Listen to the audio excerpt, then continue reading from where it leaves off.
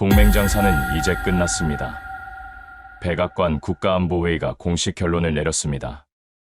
더 이상 보호를 미끼로 한국을 흔들 수 없다는 사실을 말이죠. 미국의 방위비 압박에 한국은 단 한 줄로 응수했습니다. 필요하면 철수하라. 그 순간 세계 최강의 군사동맹은 균열이 났고 미국 정부는 얼어붙었습니다. 전 세계 기술 전쟁에서 아무도 건드리지 못하는 변수, 무기를 가지지 않고도 세계를 제압한 나라. 판을 완전히 뒤엎은 그 나라는 바로 대한민국입니다. 지금부터 그 놀라운 현장 속으로 들어가 보시죠. 미국에서 날아온 충격적인 이야기. 바로 시작합니다. 그리고 지금 어디에서 시청하고 계신지 댓글로 남겨주세요. 여러분의 이야기도 듣고 싶습니다. 그 전에 잠깐 1초 만에 누를 수 있는 좋아요 버튼을 꾹 눌러주시면 영상 제작에 큰 힘이 됩니다. 그럼 바로 사연 시작하겠습니다. 안녕하세요. 저는 백악관 국가안보회의에서 동아시아 담당 수석 전략관으로 오랜 세월 몸담아온 알렉산더 멜킨이라 합니다. 세계의 권력이 응축되고 인류의 미래가 좌우되는 바로 그 공간에서 저는 지난 15년 동안 미국의 전략을 설계하며 역사의 경랑을 목도해 왔습니다. 그러나 요즘 국제 질서를 바라보면 제 가슴은 무겁게 가라앉습니다. 수많은 국가들이 핵무기를 보유하지 못한 불안을 이유로 앞다투어 무기를 요구하며 안보를 돈으로 사고자 하지만 단 한 발의 핵도 가지지 않은 한국은 묵묵히 스스로의 힘으로 버텨내며 그 어떤 나라보다도 강인하게 자신의 길을 걸어왔습니다. 이 모순된 풍경을 보며 저는 때로는 탄식했고 때로는 깊은 성찰에 잠기곤 했습니다. 저의 아버지는 한국전쟁 참전 용사였습니다. 그는 언제나 전쟁의 폐허 속에서도 꺼지지 않았던 한국인의 기계를 제게 전해주었습니다. 무너진 도시의 잿더미 위에서도 아이들의 교육을 걱정하며 절망적인 가난 속에서도 서로를 부둥켜 안고 일어서는 민족의 모습이 그의 기억 속에는 생생히 남아 있었습니다. 아버지는 그것을 단순한 전쟁 체험으로 설명하지 않았습니다. 그것은 불굴의 민족 정신이었고 인간 본성의 가장 고귀한 발현이라 말하곤 했습니다. 그러하기에 저에게 한국은 분석 보고서의 대상이 아니라 아버지의 청춘이 깃든 땅이었으며 한 세대의 희생과 기계가 고스란히 새겨진 특별한 나라였습니다. 그 무렵 워싱턴의 공기는 평소와 달리 얼어붙어 있었습니다.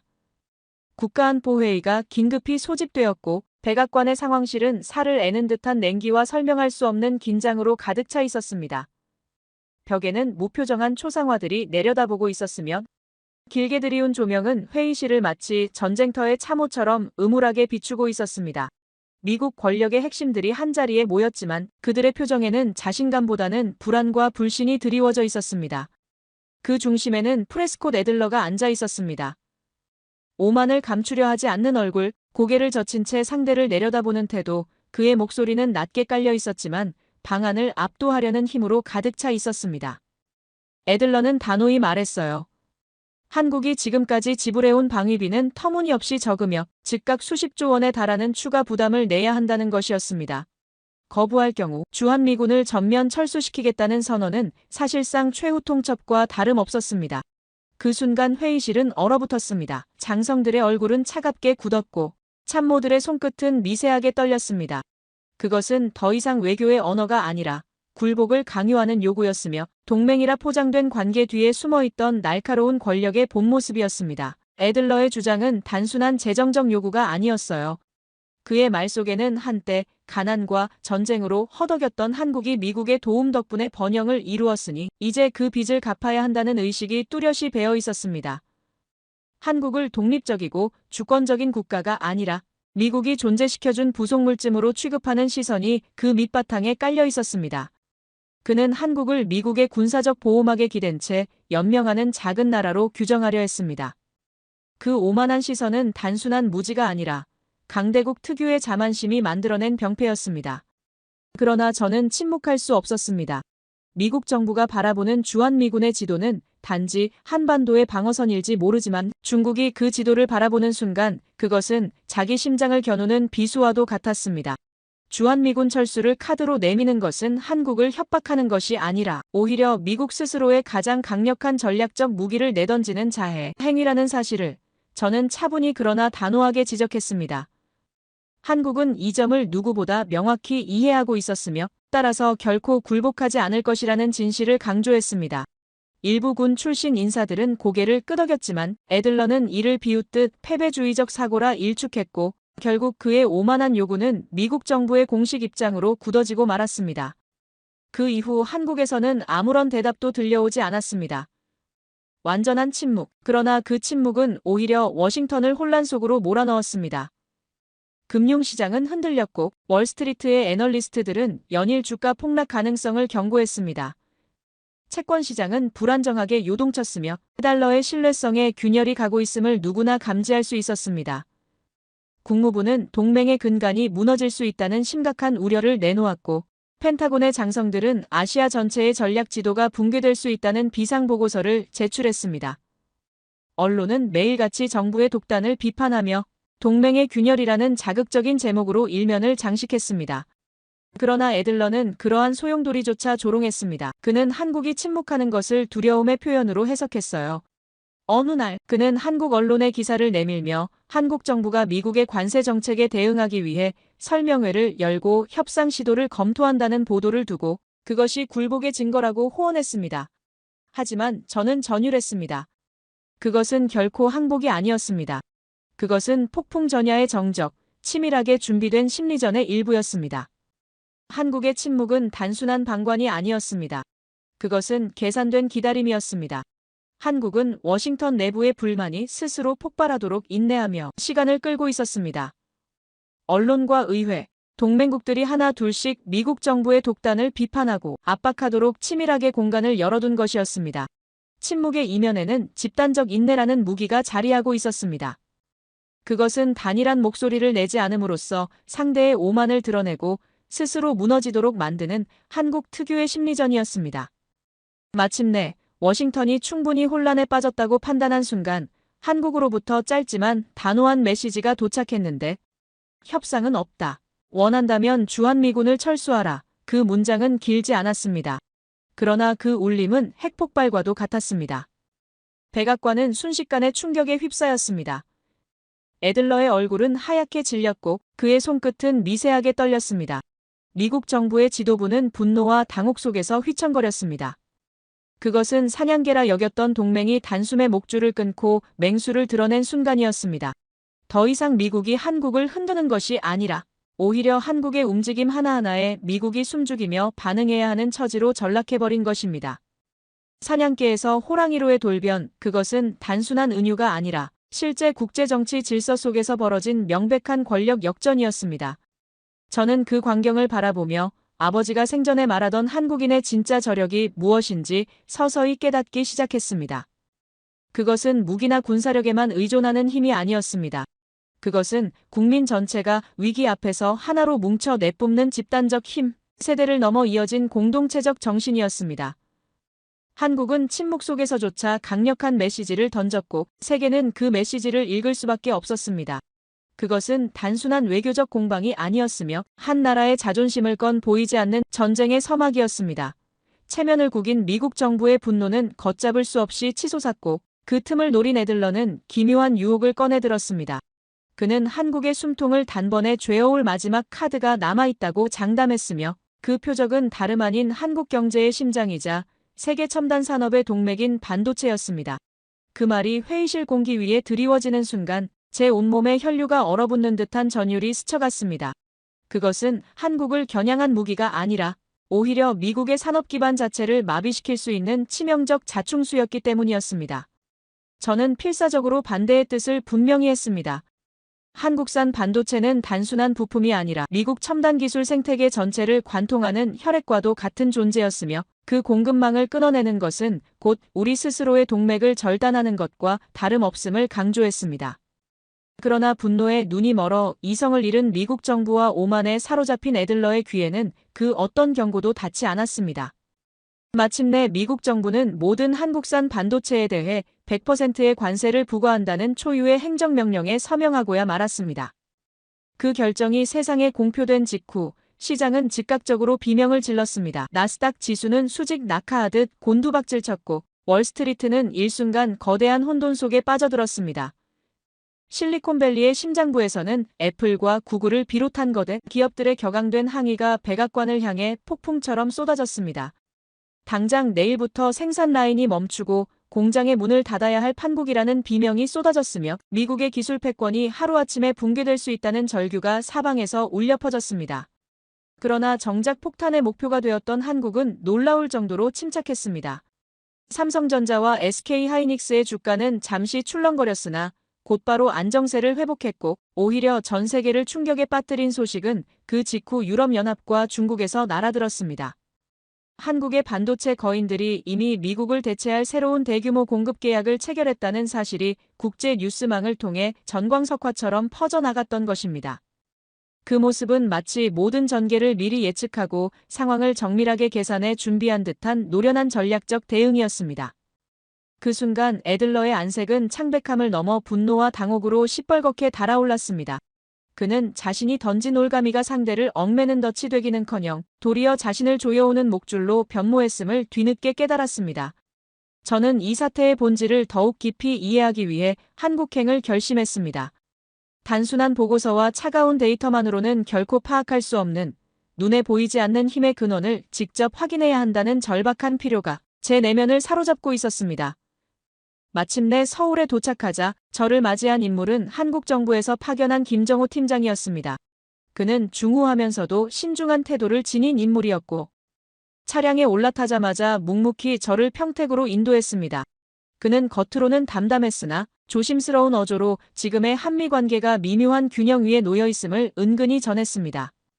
그 말 속에는 깊은 사려와 동시에 눈에 보이지 않는 불안이 스며 있었지만 그것을 드러내지 않으려는 절제된 품격이 느껴졌습니다.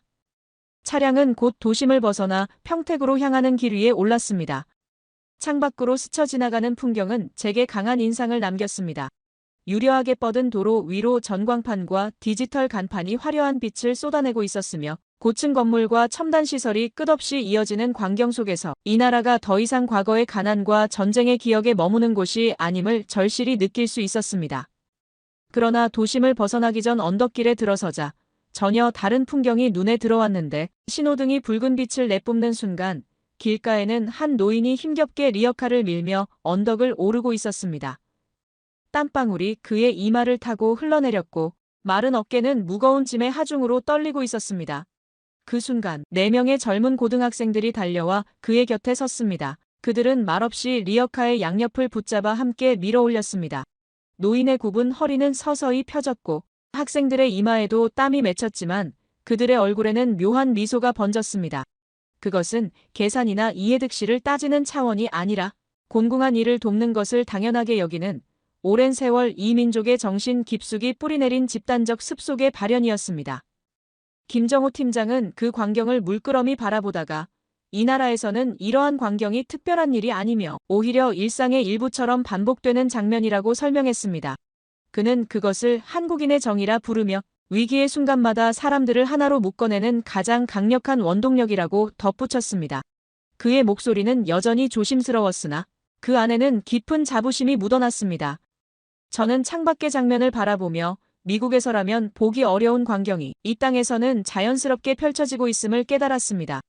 개인의 자유와 권리를 최우선으로 삼는 미국 사회에서라면 무거운 짐을 진 노인이 홀로 고통을 감내하는 것이 당연한 풍경으로 여겨졌을 것입니다.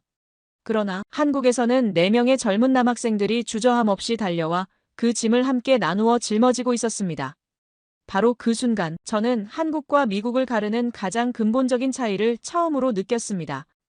그것은 공공할 때 서로를 외면하는 사회와 어려울 때 오히려 더욱 서로를 돕는 사회의 차이였고 그 차이가 만들어낸 집단적 응집력이야말로 한국을 오늘의 위치로 끌어올린 숨은 원동력이라는 사실을 절감했습니다.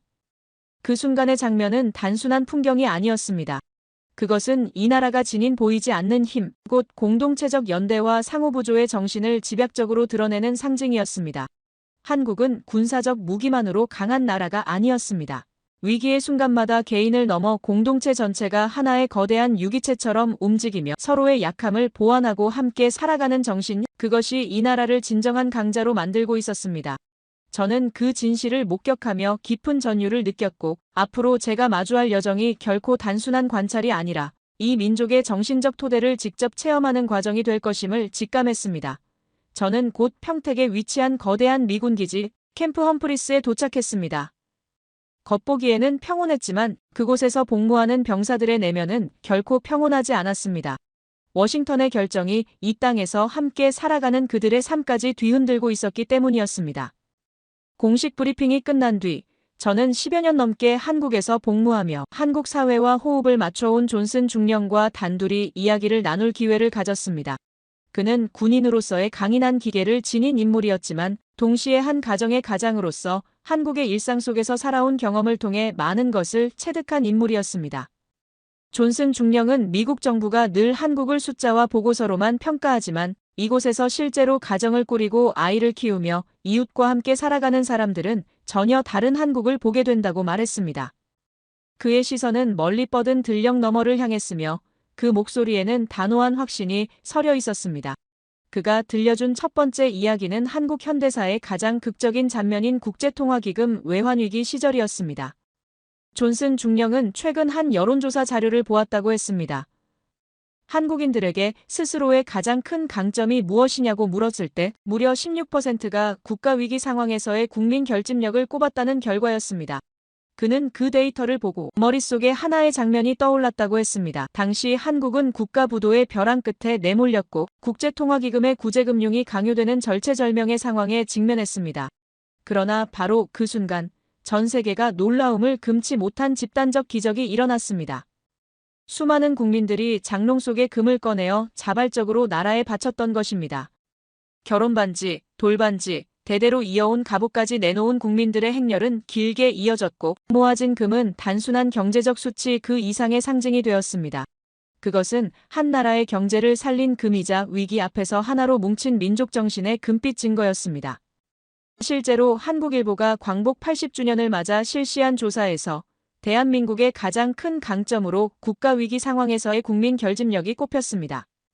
국민의 16%가 이를 최대 강점으로 선택했으며 특히 4060대 남성 세대에서 이러한 인식이 강하게 나타났습니다.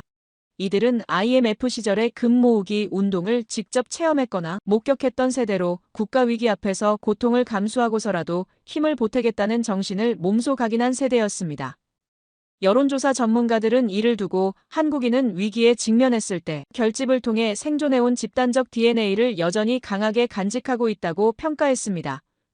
존슨 중령 역시 이 사실을 접하며 미국 사회에서는 도저히 상상하기 힘든 일이라며 경외감을 느꼈다고 했습니다. 그는 서해안에서 발생했던 끔찍한 기름 유출 참사를 또렷이 떠올렸습니다. 2007년 12월 충청남도 태안 앞바다에서 유조선 허베이 스피리트호와 해상 크레인이 충돌하여 7만 8천 배럴이 넘는 원유가 바다로 쏟아져 나왔습니다. 유조선에서 흘러나온 시커먼 기름은 바다를 뒤덮었고 천혜의 해양 생태계는 순식간에 파괴되었습니다. 굴과 바지락, 김양식장 8천여 헥타르가 황폐화되었고 갯벌 속의 게와 조개, 새우가 자취를 감추었으며 철새와 천연기념물까지 검은 기름에 뒤덮여 바다 위로 떠올랐습니다. 서해안은 단숨에 생명의 바다가 아니라 지옥의 늪으로 전락했습니다. 그러나 이 재난 앞에서 한국 국민은 침묵하지 않았습니다. 충남 태안군 주민들과 어민들을 시작으로 전국에서 학생, 직장인, 군인, 주부, 노인에 이르기까지 수십만 명이 달려왔습니다.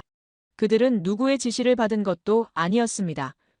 손에는 낡은 걸레와 삽을 들고 두꺼운 방제, 장비조차 없이 맨손으로 기름을 닦아내고 오염된 모래를 퍼냈습니다. 12월의 매서운 추위와 역겨운 기름, 냄새 속에서도 국민들은 휴일과 생업을 제쳐두고 묵묵히 바다를 푸르게 되돌려 놓았습니다. 그리하여 단 며칠 만에 자원봉사자 123만 명이 서해안 곳곳에 모여들었고 인간띠를 이루어 검은 바다를 다시 푸른 생명의 바다로 바꾸어 놓았습니다. 당시 외신은 국가 동원도 없이 100만 명이 넘는 인파가 한 달도 안 되어 기름을 닦아낸 기적이라 극찬했습니다. 전문가들은 최소 10년, 길게는 100년이 걸릴 것이라 했지만 불과 2년 만에 해양 생태계는 회복되었죠. 이는 제도나 돈으로 설명할 수 없는 오직 한국인의 공동체적 본능이 만들어낸 기적이었습니다. 존슨 중령은 이 광경을 단순한 환경 복구가 아니라 민족적 DNA의 분출이라 규정했습니다. 침략과 분단, 전쟁과 재난을 수없이 겪으면서도 살아남아야 했던 한국인의 근본적 생존 방식, 위기 앞에서 서로를 탓하기보다 손을 맞잡고 함께 일어서는 본능이 이 사건을 통해 전 세계 앞에 드러난 것이었습니다. 존슨 중령은 깊은 호흡을 내쉰 뒤 군 복무가 끝나면 미국으로 돌아가기보다 가족과 함께 한국에 정착하는 것을 심각하게 고민하고 있다고 고백했습니다. 그의 아이들은 한국에서 밤늦게 혼자 거리를 걸어도 안전했고 한국 사회는 위기 속에서도 분열이 아니라 연대를 선택했습니다. 그는 이러한 삶의 질은 결코 돈으로 살 수 없으며 제도로 설계할 수 있는 것이 아니라고 단언했습니다. 그러면서 워싱턴은 방위비 몇 푼에만 집착하면서 정작 무엇을 잃고 있는지도 깨닫지 못하고 있다고 탄식했습니다. 저는 그 말을 떠올리며 충격에 사로잡혔습니다. 워싱턴에서 계산한 것은 고작 돈과 무기였지만 한국이 보여준 것은 그것을 압도하는 거대한 정신력이었습니다.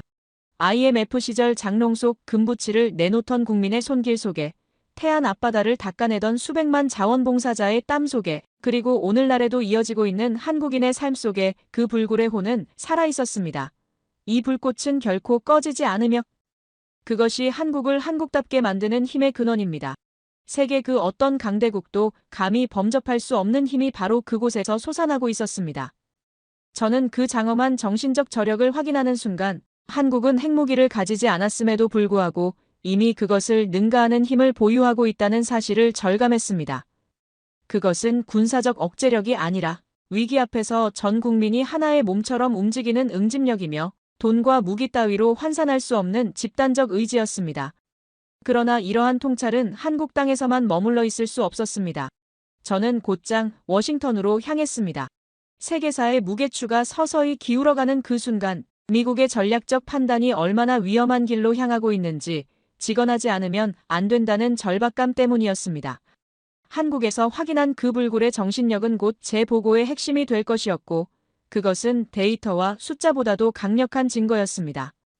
워싱턴으로 복귀하자마자 저는 망설임 없이 국가안보회의 긴급 소집을 요청했습니다. 백악관 상황실 미국의 모든 권력자들이 다시 한자리에 모였습니다. 대통령과 애들러를 비롯한 고위 참모들은 싸늘한 시선으로 저를 응시했습니다. 애들러의 눈빛에는 여전히 내가 무엇을 할 수 있겠느냐는 조소가 어려 있었으나 저는 흔들리지 않았습니다. 제 손에는 단순한 보고서가 아니라 국가의 미래를 좌우할 진실이 들려 있었기 때문입니다. 저는 회의실 스크린에 3개의 단어를 띄웠습니다. 첫째는 전략적 파산이었습니다. 주한미군은 단순히 한반도 방위 차원을 넘어 중국의 태평양 진출을 억제하는 최후의 방파제이며 이를 철수한다는 것은 곧 아시아 전체의 패권을 스스로 포기하는 자멸의 선택임을 분명히 했습니다. 미국이 군사적으로 우위를 유지해온 기반은 항공모함이나 핵무기만이 아니라 한국이라는 전략적 거점 위에 세워진 것이었습니다. 이 기반을 허무는 것은 스스로 제 발등을 찍는 행위에 다름 아니었습니다. 둘째는 경제적 자멸이었습니다. 대통령의 관세 명령이 발표된 직후 미국의 기술 생태계가 순식간에 붕괴의 길로 들어선 사실을 저는 차가운 수치로 제시했습니다. 나스닥의 붕괴, 실리콘밸리의 혼란, 애플과 구글을 비롯한 모든 기업들이 공급망 단절 앞에서 공장 가동을 멈출 위기에 몰렸습니다. 한국 반도체는 단순한 부품이 아니라 미국 첨단 산업의 혈액이었으며 그것을 끊는 것은 동맥을 스스로 절단하는 것이나 다름없었습니다. 마지막으로 저는 모든 데이터를 지우고 스크린을 비웠습니다. 그리고 정적 속에서 3번째 단어를 말했습니다. 정신적 오판이었습니다. 저는 평택에서 만난 존슨 중령의 증언을 소개했습니다. IMF 위기 속에서 결혼 반지와 돌반지마저 내놓던 국민, 서해안을 뒤덮은 검은 재앙을 수십만 명이 맨손으로 닦아내던 국민, 그리고 심지어 그 모습을 곁에서 본 미군 장교가 군 복무를 마치면 미국으로 돌아가는 대신 한국으로 이주하겠다고 결심할 정도의 사회적 신뢰와 안전. 이것이야말로 미국이 간과한 한국의 진짜 힘이라는 사실을 밝혔습니다. 저는 단언했습니다. 우리가 맞서고 있는 상대는 핵무기나 항공모함을 보유한 나라가 아니라 그것 없이도 강한 나라입니다. 국민 전체가 곧 하나의 군대요. 정신력 자체가 핵무기에 맞먹는 억제력입니다. 미국이 시작한 이 경제전쟁은 결코 승리할 수 없는 싸움이며 오히려 우리 스스로를 파멸로 이끄는 길임을 강조했습니다. 순간 상황실은 숨조차 멎은 듯한 정적에 휩싸였습니다. 오만과 조롱으로 일관하던 애들러의 얼굴에는 당혹과 패배감이 교차했습니다. 숫자와 전략으로 시작된 이 싸움은 결국 한 나라의 위대한 정신 앞에서 허망하게 막을 내리고 있었습니다.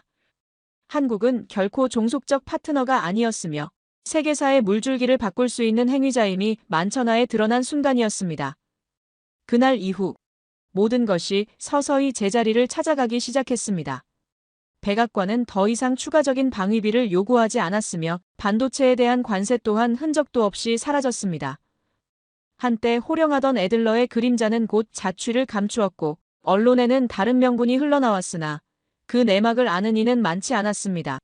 어느 날 제 사무실 창가에 앉아 워싱턴의 차갑고도 고요한 하늘을 바라보면 저는 다시금 책상 위에 낡은 액자를 집어들었습니다.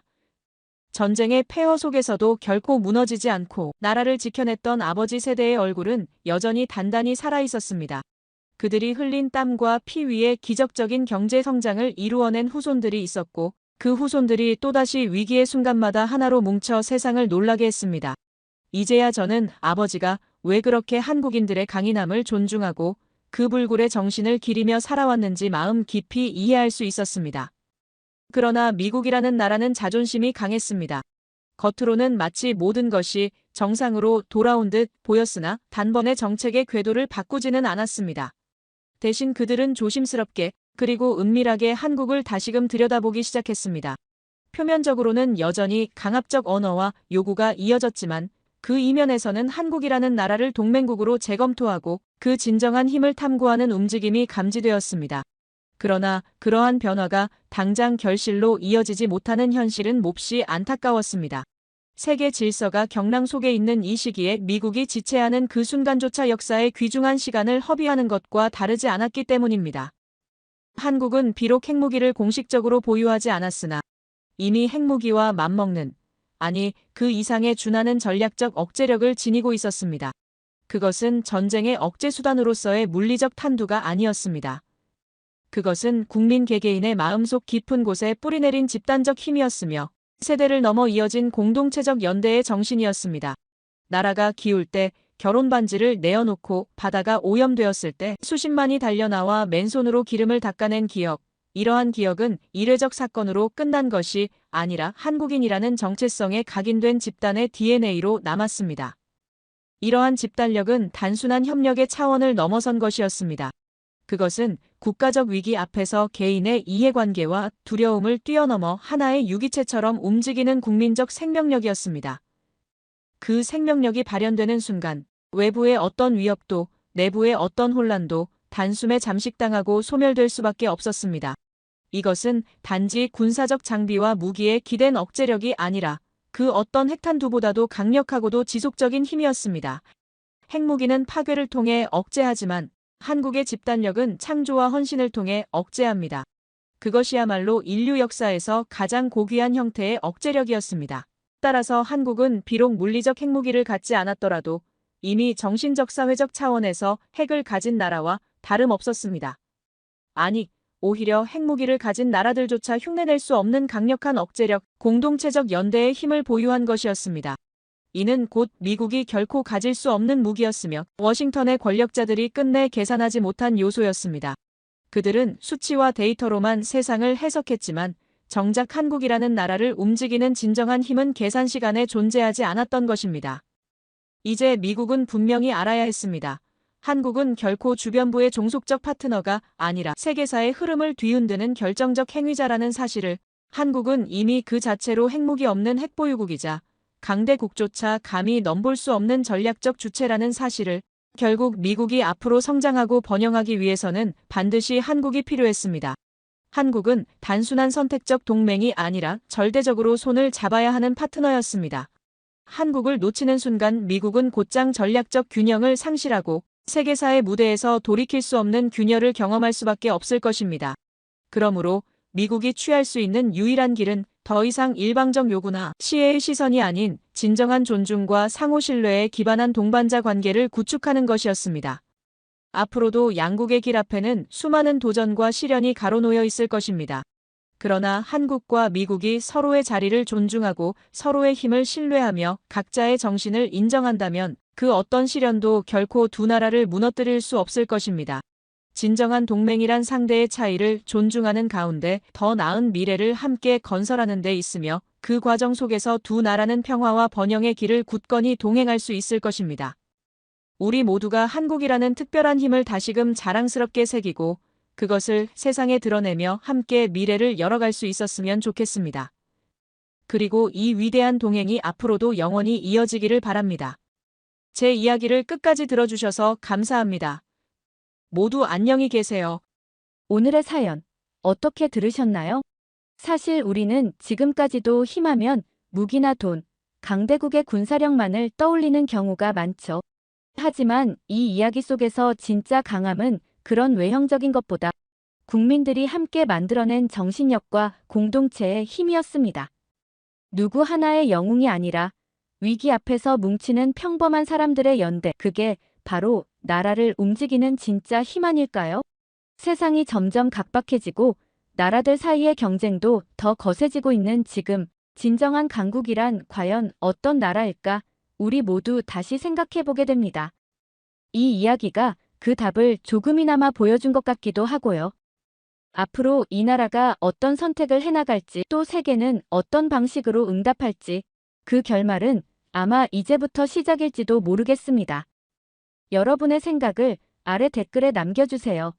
이건 말도 안 되는 일입니다. 전 세계 지성의 전당 하버드에서 최고의 교육을 받은 미래의 글로벌 리더가 한국을 방문한 후 자신의 모든 인생관이 뿌리째 흔들렸다고 고백했습니다. 그녀가 발을 디딘 순간부터 마지막 날까지 모든 경험이 그녀의 세계관을 송두리째 바꿔놓았다고 하는데요. 하버드의 모든 교수진과 동문들이 그녀의 충격적인 선택에 입을 다물지 못했다고 합니다. 세계 최고 명문대 출신 엘리트의 가치관과 인생을 뿌리째 흔든 그날의 이야기, 지금 시작합니다. 그 전에 잠깐 1초 만에 누를 수 있는 좋아요 버튼을 꾹 눌러주시면 영상 제작에 큰 힘이 됩니다. 그럼 바로 사연 시작하겠습니다. 안녕하세요. 저는 하버드 경영대학원 석사과정에 재학 중인 엘리 나타샤입니다. 미국이라는 세계 최강국에서 태어나 자란 저는 어릴 때부터 세계 최고의 나라에 살고 있다는 자부심으로 가득 차 있었습니다. 뉴욕의 고층 빌딩 숲에서 자라면서 세계 금융의 중심지에서 살아간다는 것이 얼마나 특별한지 항상 느끼며 살았어요. 미국이 세계에 미치는 경제적, 문화적 영향력을 직접 체감하며 자라다 보니 다른 나라들은 미국의 뒤를 따라오기 바쁘다고 무의식적으로 생각했습니다. 특히 미국에서도 가장 명문인 하버드 대학교에 입학하게 되면서 그런 생각은 더욱 강해졌어요. 캠퍼스 곳곳에 걸려있는 노벨상 수상자들의 사진과 세계를 움직이는 리더들의 이름을 매일 보며 지내다 보니 하버드를 나온 저 역시 언젠가는 세계를 움직이는 인물이 될 것이라는 확신이 들었습니다. 저는 항상 하버드 로고가 새겨진 텀블러와 노트북을 들고 다니며 그 자부심을 드러내곤 했어요. 그런 제가 졸업을 앞두고 필수 과정인 글로벌 리더십 실습의 일환으로 해외 인턴십을 신청했을 때 가장 가고 싶었던 곳은 당연히 런던이나 싱가포르 같은 금융 중심지였습니다. 하지만 발표된 결과는 충격 그 자체였어요. 저는 한국 서울의 스타트업 인큐베이터에 배정된 것입니다. 그 순간 느낀 당혹감은 말로 표현할 수 없었어요. 아시아 국가 중에서도 일본이나 중국도 아닌 한국이라니, 미국의 영향 아래 발전해온 작은 나라에서 제가 무엇을 배울 수 있을지 의문이 들었습니다. 다행히도 룸메이트 레아가 같은 프로그램의 지원에 동행하기로 했고 한국에 살고 있는 교포 친구 안나도 만날 수 있다는 위안이 있었어요. 안나는 이메일로 한국은 내가 생각하는 것과 완전히 다른 나라이며 숨겨진 보석 같은 곳이라고 전해왔지만 저는 회의적인 마음뿐이었습니다. 레아는 어차피 아시아 가는 거 새로운 경험이라고 생각하자며 긍정적인 태도를 보였지만 저는 여전히 마음이 내키지 않았어요. 한국행 비행기를 타기 전날, 저는 룸메이트들과 함께하는 작별 파티에서 한국에 대한 농담을 주고받으며 웃었습니다. 미국이 아닌 곳에서 시간을 보내야 한다는 것, 그곳의 디지털 환경이 어떨지에 대한 걱정들이 오갔어요. 저는 한국에서의 인턴십이 이력서에 한 줄 추가하는 정도의 의미만 있길 바랐습니다. 한국에서 무언가를 배울 거라는 기대는 전혀 없었어요. 아니, 오히려 미국의 발전된 시스템을 한국에 전파하는 역할을 할 수 있을지도 모른다는 오만한 생각마저 했습니다. 뉴욕 JFK 국제공항에서 출발하는 날, 저는 거대한 출국장에 북적이는 사람들 사이에서 마지막으로 미국의 위대함을 실감했어요. 세계 각국에서 온 사람들로 가득 찬 공항은 미국이 여전히 세계의 중심이라는 사실을 보여주는 것 같았습니다. 하지만 보안 검색대의 긴 줄과 지연된 탑승 시간, 낡은 시설들은 왠지 모르게 불편함을 주었어요. 그래도 그것은 세계 최강국의 작은 불편함 정도로만 치부했습니다. 12시간의 긴 비행 끝에 드디어 인천국제공항에 도착했을 때 저는 그저 빨리 한국에서의 시간이 지나가기만을 바랐어요. 하지만 공항에 발을 딛는 순간 저는 예상치 못한 충격에 휩싸였습니다. 눈앞에 펼쳐진 광경은 제가 상상했던 아시아의 모습과는 너무나도 달랐어요. 천장 높은 터미널에 쏟아지는 자연광, 반짝이는 바닥, 어디에서도 볼 수 없는 첨단 시설들이 마치 미래 도시에 온 것 같은 느낌을 주었습니다. 자동화된 입국 심사대는 JFK 공항의 지루한 대기줄과는 완전히 대조적이었어요. 그 순간부터 저의 세계관은 서서히 흔들리기 시작했습니다. 충격 속에서 저는 계속해서 공항 곳곳을 눈에 담았습니다. 유리와 철골, 구조물이 만들어내는 탁 트인 개방감은 공항이라기보다 현대미술관에 온 듯한 느낌을 줬어요.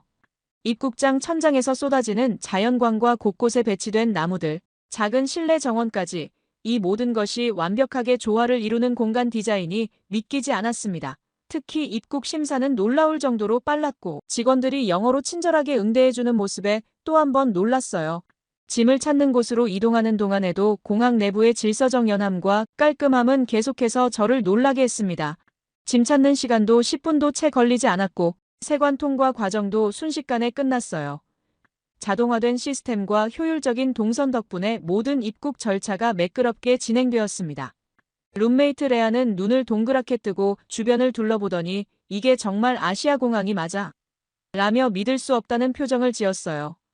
레아는 특히 공항 곳곳에 있는 문화체험 공간과 전통 공연장에 흠뻑 빠지게 되어 계속해서 사진을 찍었습니다. 입국장에서 우연히 마주친 전통 음악 공연은 우리가 새로운 문화권에 들어왔음을 실감케 했어요. 제 생각 속 한국은 그저 K-팝과 드라마가 유명한 나라, 아니면 그보다 못한 개발도상국일 거라고 여겼습니다. 하지만 눈앞의 광경은 제 모든 예상을 뒤엎었어요. 공항 화장실조차 놀라웠습니다. 여기는 마치 고급 호텔의 화장실처럼 깨끗했고 자동 세면대와 최신식 핸드 드라이어, 심지어 화장실 문과 세면대 사이의 거리까지 완벽하게 계산된 듯 했어요. 가방을 찾아 출구로 향하던 중 제 명품 핸드백을 공항 카페 테이블에 두고 왔다는 사실을 뒤늦게 깨달았습니다. 순간 심장이 쿵 하고 내려앉는 듯한 기분이었어요. 중요한 소지품이 가득 들어있던 가방이었기에 더더욱 불안감이 엄습했습니다. 급히 걸음을 돌려 카페로 돌아갔고 솔직히 이미 사라졌을 가능성도 염두에 두고 있었어요. 미국 같았으면 벌써 누군가 가져가거나 최소한 경찰 신고 절차가 진행되고 있었을 거라 생각했기 때문이었죠. 그런데 놀랍게도 제 가방은 직원분의 손에 의해 안전하게 보관되고 있었습니다. 더 놀라웠던 점은 그분이 별다른 확인 절차도 없이 제게 미소를 지으며 가방을 건네주신 일이었어요. 제게 신분증을 요구하거나 제 소지품에 대한 확인도 없이 말입니다. 돌아오셨군요. 이 가방을 찾으실 것 같아 계속 기다리고 있었어요. 카페 직원은 친근한 미소와 함께 유창한 영어로 말했습니다. 테이블을 정리하다 보니 이 가방이 너무 눈에 띄더라고요. 외국에서 오신 것 같은데 소중한 물건들이 많이 들어있을 것 같아서 잘 보관해 두었어요. 한국에서의 추억이 좋은 기억으로만 남았으면 해서요.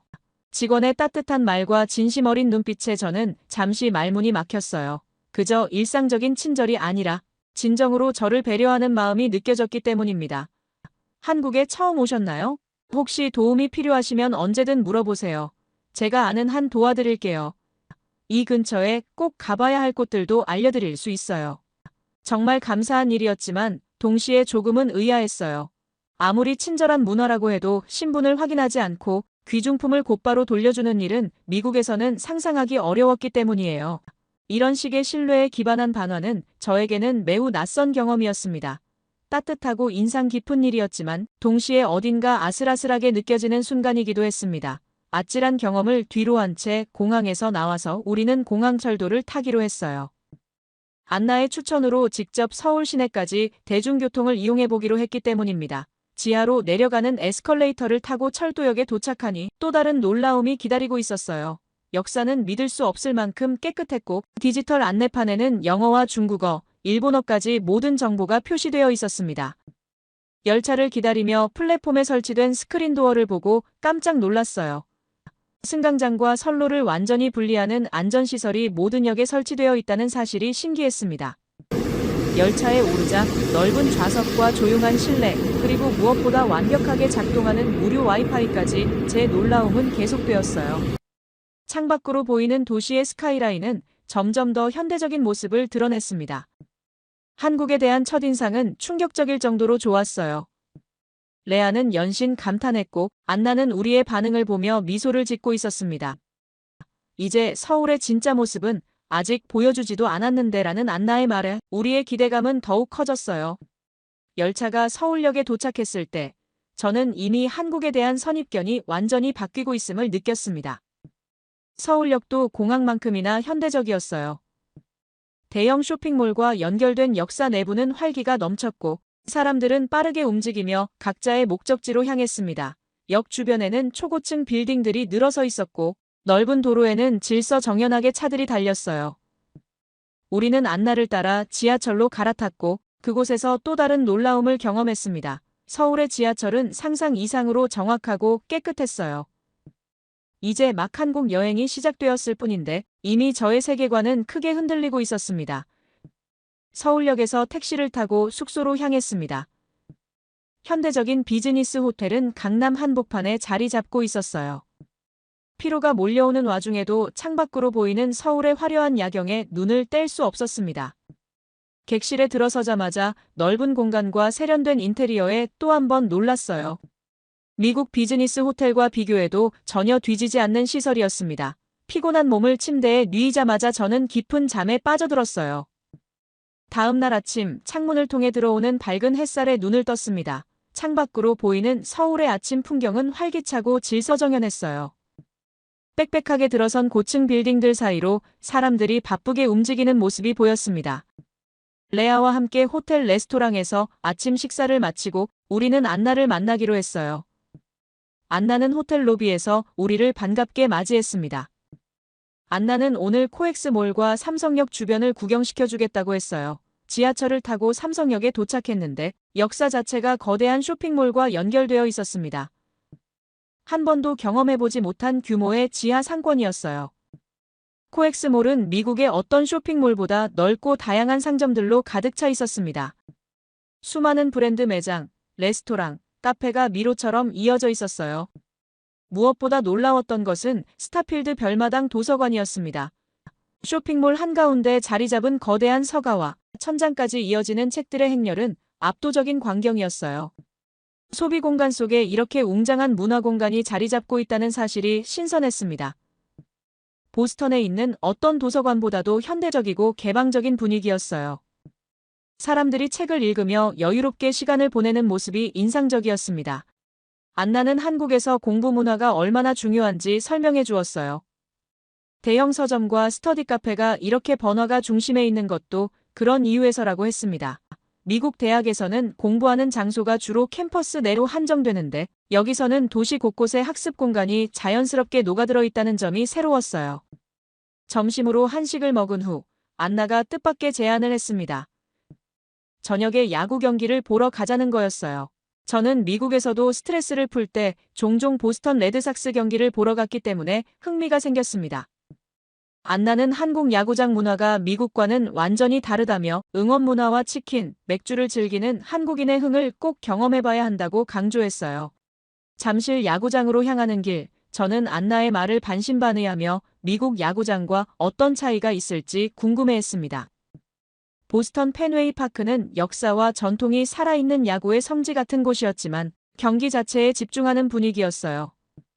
관중들은 대체로 조용히 경기를 관람하다가 중요한 순간에만 환호성을 질렀습니다. 잠실 야구장에 들어서는 순간 저는 완전히 다른 세계에 발을 들였다는 것을 깨달았어요. 경기가 시작되기도 전에 이미 관중석은 사람들로 가득 차 있었고 응원단장의 리드에 맞춰 수천 명이 일제히 응원가를 부르고 있었습니다. 미국에서는 상상도 할 수 없는 광경이었어요. 모든 관중이 마치 하나의 유기체처럼 움직이며 선수들을 응원하는 모습이 정말 놀라웠습니다. 좌석에 앉자마자 안나는 치킨과 맥주를 주문했어요. 보스턴 야구장에서는 핫도그와 맥주가 전통이지만 여기서는 바삭한 치킨과 시원한 맥주가 필수라고 했습니다. 주변의 모든 사람들이 치맥을 즐기며 열정적으로 응원하는 모습이 새로웠어요. 미국 야구장에서는 결코 볼 수 없는 광경이 계속해서 펼쳐졌습니다. 응원단장의 구호에 맞춰 수만 명의 관중이 하나가 되어 응원가를 부르는 모습은 마치 거대한 콘서트장을 방불케 했어요. 펜웨이 파크에서는 간간히 스윗 캐롤라인을 함께 부르는 정도였지만 여기서는 선수 하나하나를 위한 응원가가 있고 그것을 모든 관중이 완벽하게 외우고 있다는 사실이 놀라웠습니다. 특히 두산 베어스의 응원가가 흘러나오자 관중석 전체가 일제히 같은 동작으로 수건을 흔들며 떼창을 하는 모습은 압도적이었어요. 저도 안나에게 받은 응원 수건을 들고 옆 사람들을 따라 흔들었습니다. 처음에는 어색했지만 금세 그 열기에 동화되었어요. 미국에서는 경기를 보러 가는 것이라면 여기서는 경기에 참여하는 느낌이었습니다. 7회 말 안나는 치맥 타임이라며 새로운 치킨과 맥주를 한 번 더 주문했어요. 이 시간이 한국 야구장 문화의 하이라이트라고 했습니다. 주변을 둘러보니 정말 대부분의 관중이 치킨을 먹고 있었어요. 바삭한 치킨과 시원한 맥주의 조합은 미국 야구장의 핫도그와는 비교할 수 없는 맛이었습니다. 경기가 끝나고 놀라운 광경을 목격했어요. 관중들이 자발적으로 자신의 자리에 있는 쓰레기를 정리하기 시작한 것입니다.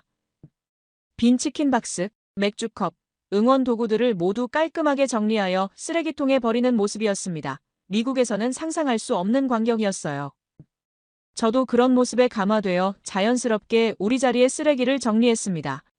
미국에서는 항상 개인의 성공과 성취를 강조하지만 여기서는 공동체의 조화와 배려가 더 중요한 것 같아라고 안나에게 말했어요. 안나는 미소를 지으며 한국은 우리라는 개념이 중요해. 개인의 성공도 물론 중요하지만 그 성공이 주변과 함께할 때 더 가치 있다고 생각하지라고 대답했습니다. 그날 밤 호텔로 돌아와 침대에 누워 야구장에서의 경험을 곱씹었어요. 낯선 나라에서 경험한 새로운 문화는 제 시야를 넓혀주고 있었습니다. 미국과 한국 어느 쪽이 더 낫다기보다는 서로 다른 가치를 추구하고 있다는 것을 조금씩 이해하기 시작했어요. 다음 날 아침 안나는 특별한 계획을 알려주었습니다. 오늘부터 이틀간은 정말 특별한 경험을 준비했어. 서울을 벗어나 한국의 천년 역사가 살아 숨쉬는 경주로 가는 여행이야라고 했어요.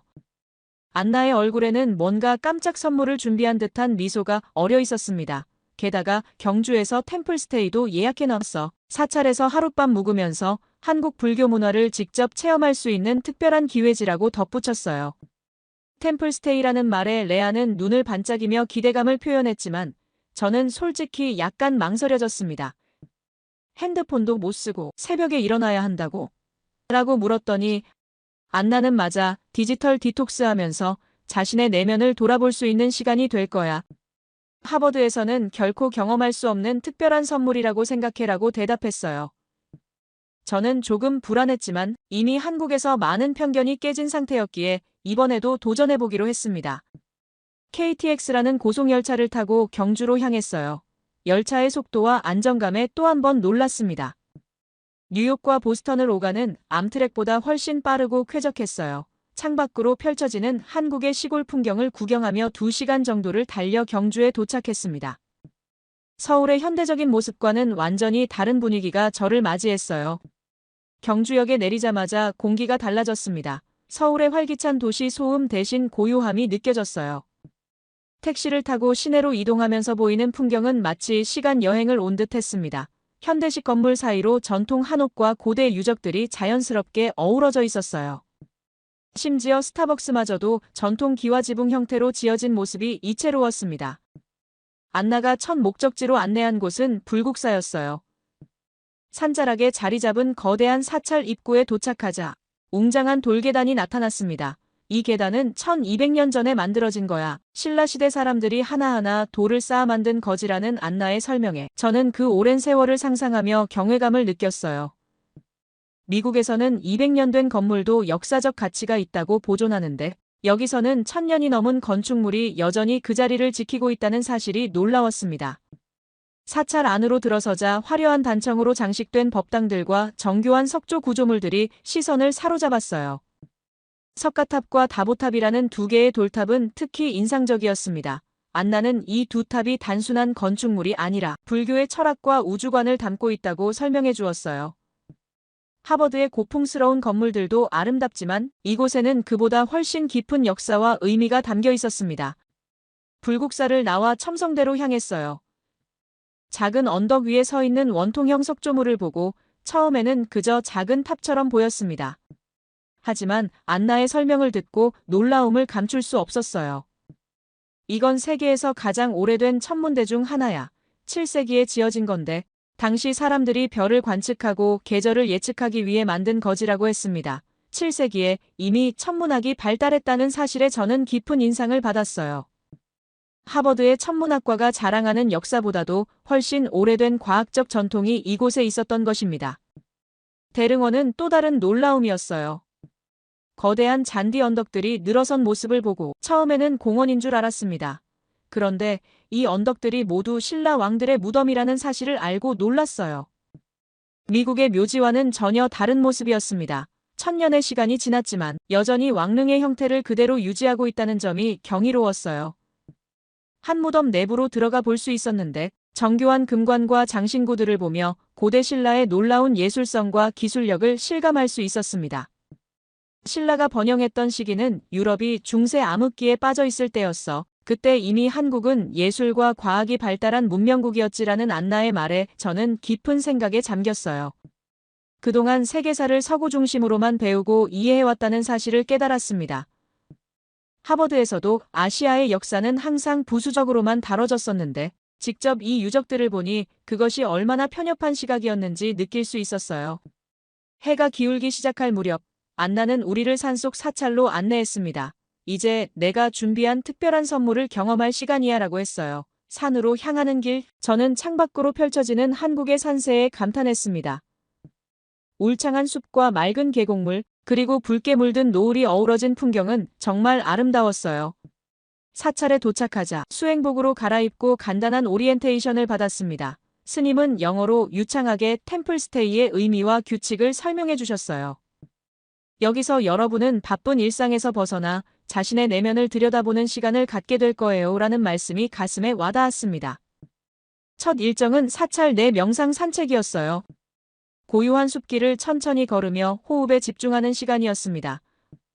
하버드 교정에서는 항상 서둘러 다녔던 저였지만 이곳에서는 한 걸음 한 걸음을 의식하며 걷는 법을 배웠어요. 발 아래 밟히는 낙엽 소리, 산새들의 지저귀임, 바람에 흔들리는 나뭇가지 소리까지 평소에는 듣지 못했던 소리들이 귀에 들어왔습니다.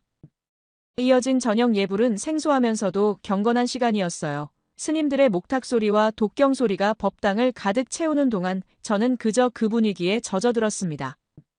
하버드 교회의 엄숙함과는 또 다른 차원의 고요함이었어요. 예불 후에는 108배 수행이 이어졌습니다. 108번 절을 하면서 염주 하나를 완성하는 과정이었어요. 처음에는 쉽게 생각했지만 30번째 절을 넘어가면서부터는 다리가 후들거리기 시작했습니다. 왜 108번일까요? 라고 물었을 때 스님은 108가지 번뇌를 내려놓기 위함이라고 설명해 주셨어요. 저는 절을 할 때마다 하버드에서의 스트레스, 미국에서의 경쟁, 성공에 대한 압박감을 하나씩 내려놓는 상상을 했습니다. 마지막 108번째 절을 마치고 나니 몸은 피곤했지만 마음은 이상하게 가벼워져 있었어요. 완성된 염주를 손에 쥐니 뿌듯함이 밀려왔습니다.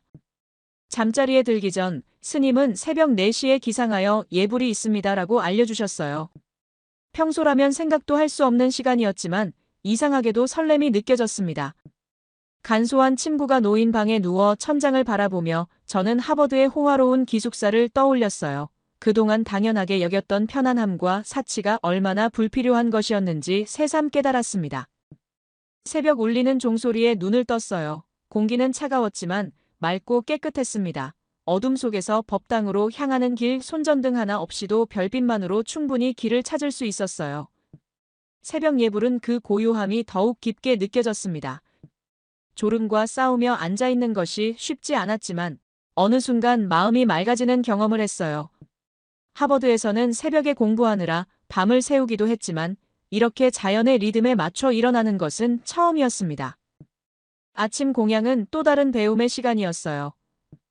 바로 공양이라 불리는 특별한 방식으로 음식을 남기지 않고 먹는 법을 배웠습니다. 4개의 그릇을 쌓아놓은 바로에 정갈한 음식을 담고 마지막에는 물로 그릇을 깨끗이 닦아 그 물까지 마시는 과정이 인상적이었어요. 하버드 식당에서 음식을 남기고 버리던 모습이 부끄럽게 느껴졌습니다. 마지막 일정으로 스님과의 차담이 있었어요. 따뜻한 우엉차를 마시며 스님께서는 무엇이 당신을 진정으로 행복하게 만드나요? 라고 물으셨습니다. 저는 잠시 생각하다가 성공이요라고 대답했어요. 스님은 미소를 지으며 성공은 목적지가 아니라 여정입니다. 지금 이 순간에 충실하지 않으면 어떤 성공도 빈 껍데기가 됩니다라고 말씀하셨습니다. 그 말은 저에게 깊은 울림을 주었어요. 사찰을 떠나기 전 안나가 물었습니다. 어땠어? 너무 힘들진 않았어? 저는 고개를 저으며 대답했어요. 오히려 반대야. 하버드에서 느끼는 압박감보다 이곳의 고요함 속에서 더 많은 것을 배운 것 같아 미처 몰랐던 내 내면의 소리를 들을 수 있었어. 그렇게 짧지만 깊은 템플스테이는 제 인생에서 잊지 못할 경험이 되었습니다. 불교의 가르침이 담긴 염주를 손목에 차고 경주를 떠나는 길, 저는 이제 한국을 조금 더 깊이 이해하게 되었다고 느꼈어요. 템플스테이를 마치고 다시 서울로 돌아올 때 창밖으로 보이는 풍경이 이전과는 다르게 느껴졌습니다. 이제 저는 단순히 한국의 표면이 아닌 그 깊은 내면까지 들여다본 사람이 되었어요. 숲속 사찰에서의 하룻밤이 저에게 준 깨달음은 하버드에서 몇 년간 배운 것보다 더 깊었습니다. 안나는 제 변화를 알아차렸는지 가볍게 웃으며 이제 진짜 한국을 경험해봤네라고 말했어요. 서울에 도착한 후 마지막 남은 일주일 동안 저는 현대 한국의 다양한 모습을 더 깊이 체험했습니다. 홍대 거리의 젊은 예술가들, 북촌 한옥마을의 전통과 현대가 공존하는 모습, 강남의 첨단 기술 스타트업들, 그리고 한강변의 여유로운 시민들까지 모든 것이 저에게 신선한 충격이었어요.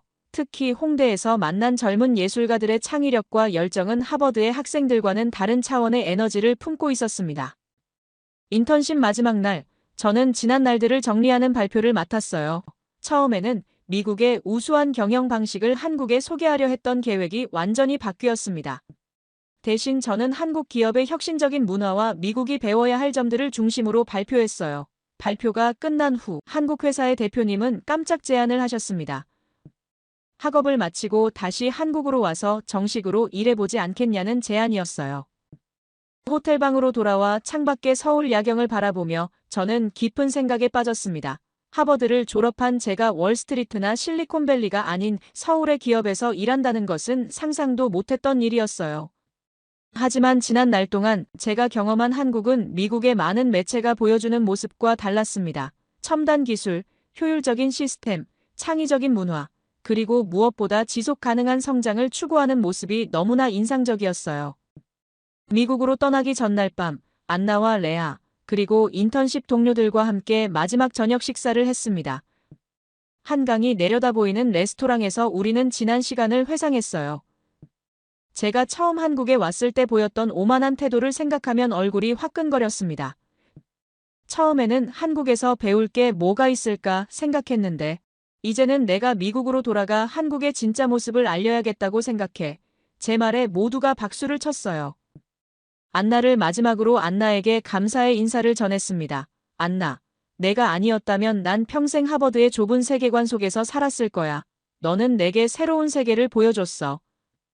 안나는 미소를 지으며 다음에 올 땐 내가 한국의 또 다른 모습을 보여줄게. 그때는 관광객이 아니라 동료로서 만나길 바라라고 말했어요. 그 말에 저는 확신을 가지고 고개를 끄덕였습니다. 인천공항으로 향하는 길, 이곳에 도착했을 때의 모습이 떠올랐어요.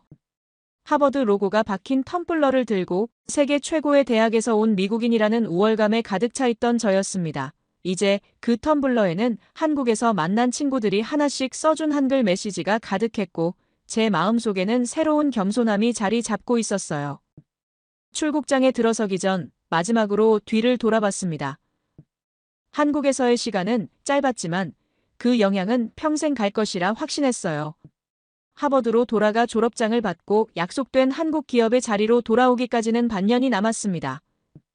그 시간 동안 더 많은 미국인들에게 한국의 진짜 모습을 알리고 싶었어요. 텀블러를 꼭 쥐며 저는 마음속으로 다짐했습니다.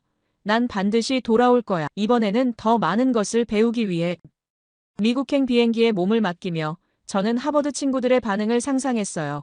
아마 그들은 제가 세계 최고 대학을 나와 작은 아시아 국가에서 일하겠다는 결정을 이해하지 못할 겁니다. 하지만 괜찮아요. 저도 한국에 오기 전에는 이해하지 못했으니까요. 때로는 직접 경험해야만 진실이 보이는 법이니까요. 창밖으로 점점 작아지는 한국의 모습을 바라보며 저는 이것이 끝이 아닌 새로운 시작임을 알았습니다. 미국과 한국을 잇는 다리가 되겠다는 꿈을 안고 저는 하늘 위로 날아올랐어요. 다음에 다시 올 날을 기대하며 끝까지 제 이야기를 들어주셔서 감사합니다. 모두 안녕히 계세요. 오늘의 사연 어떻게 들으셨나요? 백문이 불여일견이라는 속담이 떠오르네요. 아무리 많이 들어도 직접 경험하는 것만 못하다는 말처럼 엘리는 한국에 대한 선입견을 직접 부딪히며 깨뜨렸습니다. 미국이라는 큰 나라에서 살면서 작은 나라를 우습게 봤던 그녀의 선입견이 하나둘씩 깨지는 과정이 인상적이었습니다. 때로는 우리가 당연하게 믿어온 것들이 직접 부딪혀보면 전혀 다를 수 있다는 진리를 엘리의 여정을 통해 다시 한번 느끼게 되네요. 하버드의 지식보다 더 값진 인생의 교훈을 얻은 엘리가 앞으로 어떤 선택을 하게 될지, 그녀의 여정이 어떻게 이어질지 정말 궁금합니다. 여러분은 낯선 문화를 경험하며 가치관이 바뀐 적이 있으신가요? 여러분의 생각을 아래 댓글에 남겨주세요. 그리고 감동적인 사연을 주변 사람들과 공유하고 함께 이야기 나눠보세요. 마지막으로 1초밖에 걸리지 않는 구독과 좋아요, 알림 설정은 영상 제작에 큰 힘이 됩니다. 지금까지 감동을 담아 여러분께 진심을 전하는 감동담기였습니다. 오늘 하루도 행복한 하루 보내세요.